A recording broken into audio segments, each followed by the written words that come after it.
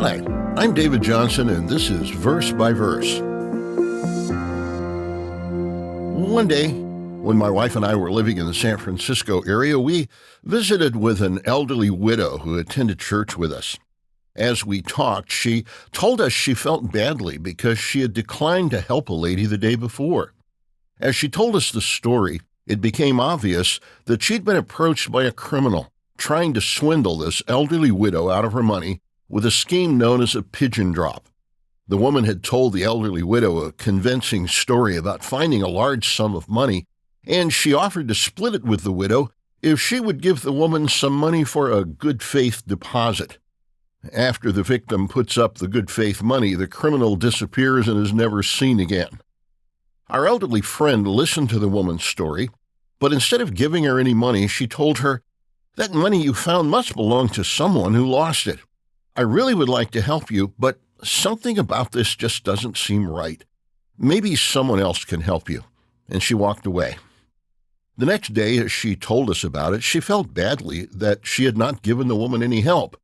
We explained to her that this was actually a criminal trying to steal her money and that she had done exactly the right thing. So even though she had no idea the woman talking to her was actually a criminal trying to steal from her, she made the right decision because something about this just doesn't seem right. This lovely elderly widow was concerned with doing what was right and avoiding what was wrong. So she rejected the possibility of gaining a large sum of money in a questionable way, and she made a decision based upon what she believed was morally right. Though this took place quite a few years ago, I always think of her when I read the passage we're considering in today's episode. It's found in Proverbs 11, verse 3. "The integrity of the upright will guide them, but the perversity of the unfaithful will destroy them." We all come across situations in life where we're not completely sure what we should do or how we should determine the correct course of action. This proverb tells us that there is a way of thinking that can guide us to the right decisions, even when they may not be immediately obvious. But it also warns us of a way of thinking that can lead to destruction.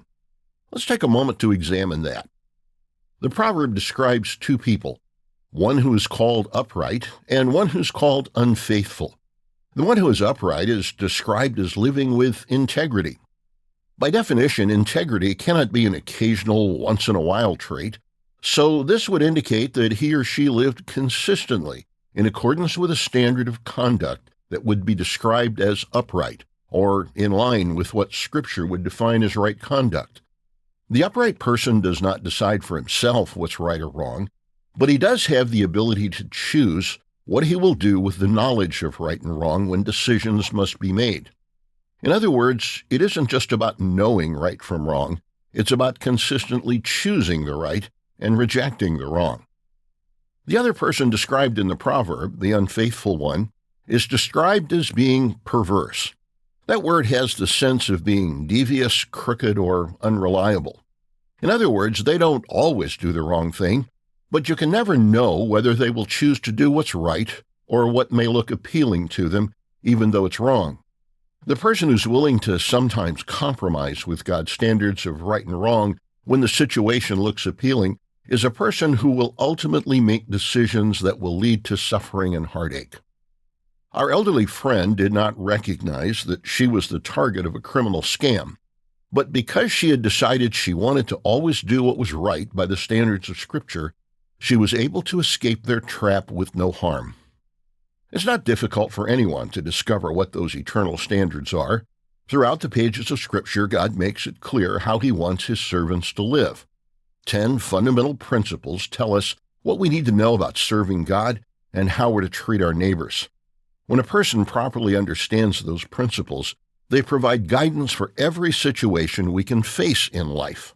And when we consistently strive to live by them, they protect us, even when we may not be aware of the dangers around us. God does not give us the ability to define right and wrong for ourselves, but He does allow us to choose how we will apply those standards in our lives. The person who consistently chooses to live by His standards receives protection and blessing for himself and his loved ones. According to the proverb, the person who compromises with those standards will blindly stumble into his own destruction. If you'd like some help in understanding how to apply those standards in your life, be sure to check out our booklet on the 10 Commandments, still relevant today. You'll find a link in the show notes. Verse by Verse is a Life, Hope, and Truth podcast. Check out the show notes to find more free content, like videos, articles, and booklets in our Learning Center.